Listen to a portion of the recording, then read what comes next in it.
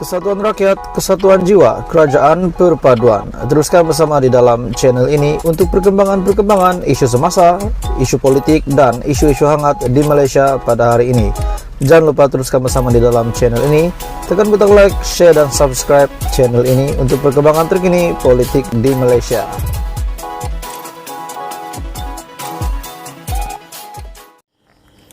Demi untuk selamat, demi survival, pejuang perlu kerjasama dengan Pakatan Harapan atau Perikatan Nasional. Itu pertanyaan daripada satu media.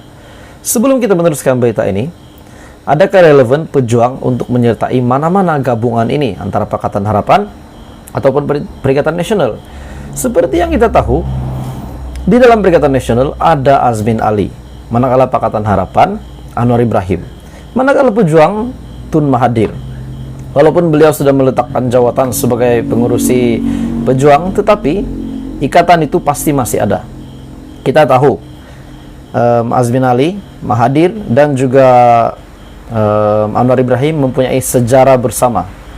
Jadi, adakah relevan untuk pejuang bersama-sama dengan PH ataupun PN setelah ramai ataupun beberapa jumlah pemimpin di dalam pejuang telah meletakkan jawatan? Sebelum kita meneruskan isu hangat ini, saya meminta jasa baik kamu tekan butang subscribe, like, dan share video ini supaya ramai lagi tahu tentang isu panas hari ini. Oke, baik tuan-tuan dan bapak semua, kita teruskan.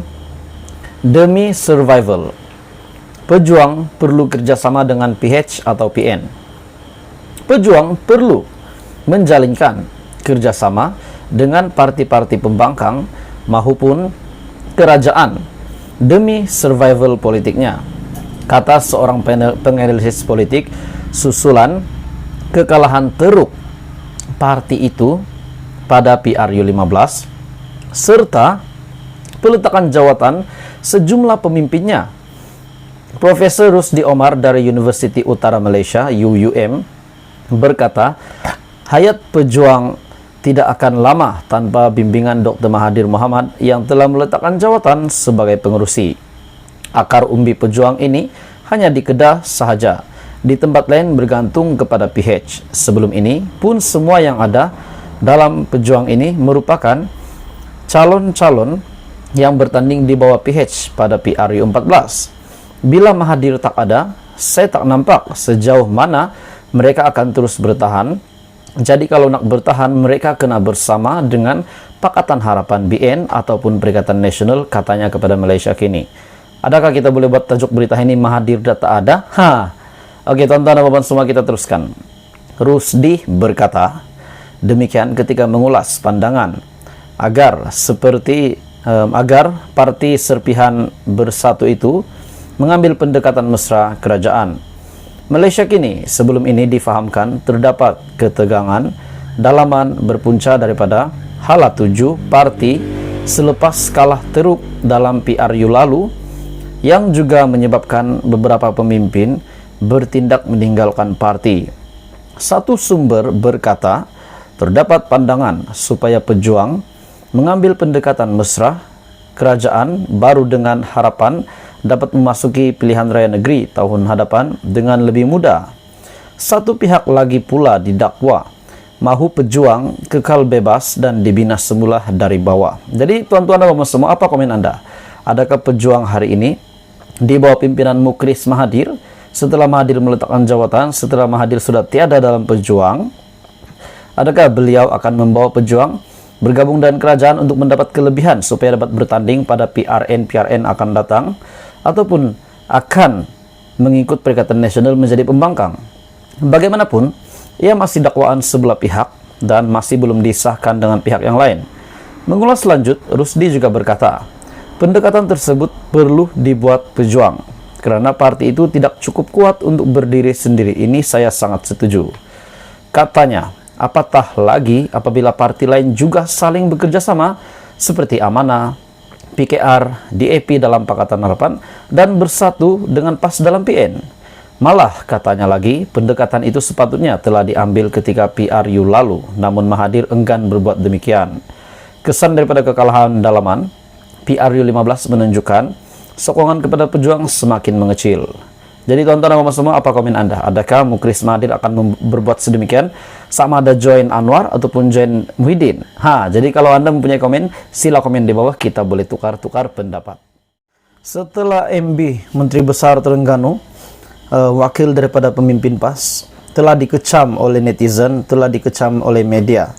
Setelah beliau dianggap tidak mempunyai satu ciri kepemimpinan, selepas beliau berada di luar negara semasa rakyat di Terengganu, rakyat jelatannya sedang ditimpa musibah.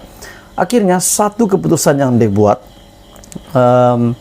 satu keputusan yang diambil oleh Menteri Besar Terengganu hari ini selepas dikecam berturut-turut. Ada yang kata di ruangan komen, MB Terengganu patut meletak jawatan, yaitu Datuk Seri Dr. Ahmad Samsuri patut letak jawatan sebab tidak bermoral bercuti semasa rakyat sedang dilanda musibah.